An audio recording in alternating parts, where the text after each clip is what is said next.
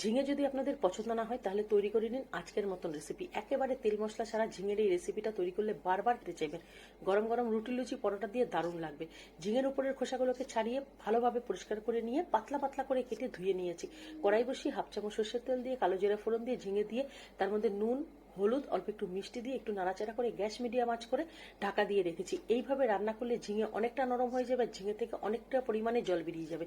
তার মধ্যে দিয়ে দিয়েছি স্বাদ অনুযায়ী কাঁচা লঙ্কা বাটা। রান্নার আগে 1 চামচ মতন গোবিন্দভোগ চাল ভিজিয়ে রেখেছিলাম।